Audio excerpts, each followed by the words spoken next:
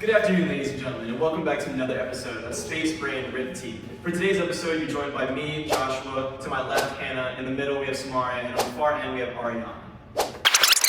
Do you ever wonder what it'd be like to go to space? I really never thought about it. I don't actively think about it.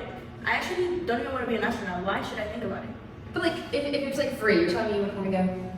I mean, it doesn't really matter if she wants to go or not, because like without the lack of training and exposure to that environment, the radiation, the microgravity, and like the other stuff that she's not exposed to, it's gonna like take a serious toll on her body. So like, it's not really possible. Yeah, I don't really think going to space would be a good idea. The other day, I read this article from the International Journal of Molecular Sciences. Wait, I read that too. Yeah, it was about how microgravity can alter neural stem cell division in your brain, and they were able to statistically link it to an increase in the possibilities of getting cancer. It was making the stem cell reproduce too much or not reproduce enough, right? The donor cells? Yeah, that's the one. And before you try to brush it off, the neural stem cells plays a vital role in the regeneration of the nervous system. Yeah. So if going to space means my brain will no longer be able to grow and function correctly, then I'll pass. Yeah, I wouldn't like my brain to be all scrambled up just to go see some stars and float a little bit. Okay, like I get where you're coming from, and I totally understand the perspective, but just because it might alter your brain structure a little bit, it doesn't mean that your brain's not gonna go back to how it was before, like after you come back.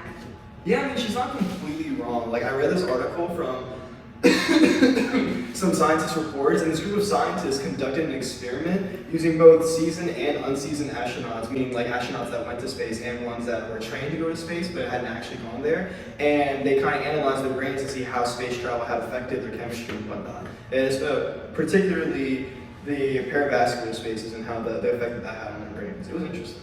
That article is actually exactly what I'm referring to. The astronauts that had been in space before showed less change in their perivascular space size than the ones that had never been before. After a few months, the scans that they took after they came back from space, they did get smaller.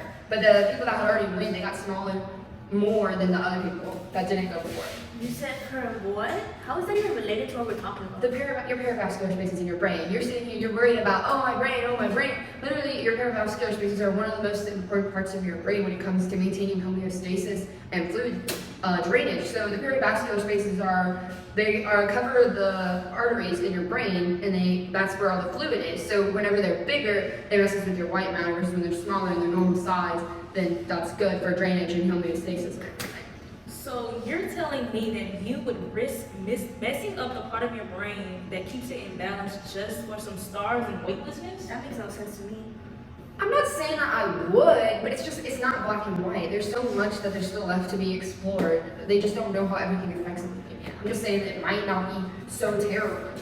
Yeah, I mean, I read this article from neurology.org, I'm pretty sure it was, and it talked about a group of scientists that did these experiments where their findings were kind of similar to what Hannah was describing. They analyzed the effects that short-term spaceflight travel and long-term space travel, that these different flight times had on the brain, and they did find that the white matter and the cerebral spinal fluid in your brain was more effective when you were in space for a longer time, and of course shorter space time did have like a less effect on it, and the shorter space time was actually able to recover more of those different areas in the brain than the longer space time. So it seems like we should be fine going to space as long as we're not in there for like months or something, like say astronauts on the International Space Station a year or something like that. I actually disagree because I read this article that says that your chances of getting Alzheimer's could increase once you travel to space.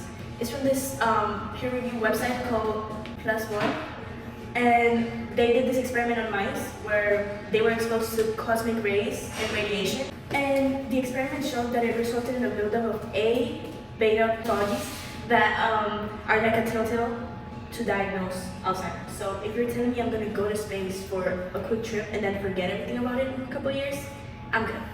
Yeah, I mean, I'm gonna have to agree. There really is no guarantee about how being in space is going to affect the structure of my brain. But I feel like if my brain structure is going to be changed and there was nothing wrong with it before, then why would I put myself into that position that I could potentially cause me harm? Some film stars just not worth it. Yeah, I mean, I guess you guys do have a point. Like, I really wanted to go to space before this just because, like, I think space is awesome, you know? Like, who doesn't? But, wow, okay, yeah, thanks, of course. But I guess you guys are right. Like, if it's gonna mess with my brain chemistry a lot, like a lot of I might not be completely normal when I get back, then maybe it just isn't all worth it. Like, I might not want to go anymore. I mean, I only asked because I saw on the like news and everything about how they are starting to look more and more into space tourism and just like travel for everybody. You know how they were like, oh, what if we can go to Mars and all that. But I just feel like people aren't fully informed on the full effects. Most people don't know what actually happens, and I feel like if businesses are trying to successfully capitalize off of the untapped market that is space travel, I just feel like people should know that they can be seriously affected. They just need more research, really, if they're going to try and send like civilians out into space. Yeah, I believe it's highly stigmatized. We should really teach people that maybe it is safe. Or if it's not, why isn't it safe? Yeah, I mean, there's a lot of gray areas, just like Yeah. we need more research, but there's no definite answer yet. And guys, that was all for today's episode of Space Brain RIPT. See you in a later episode. Guys, and that was all for today's episode of Brain. Awesome, who doesn't? You know, like there's so much that we don't know. Wow, okay, nice. There's just so much that we know. Website called OnePlus. Isn't it the website? It's +1! That's what I said. You said 1+.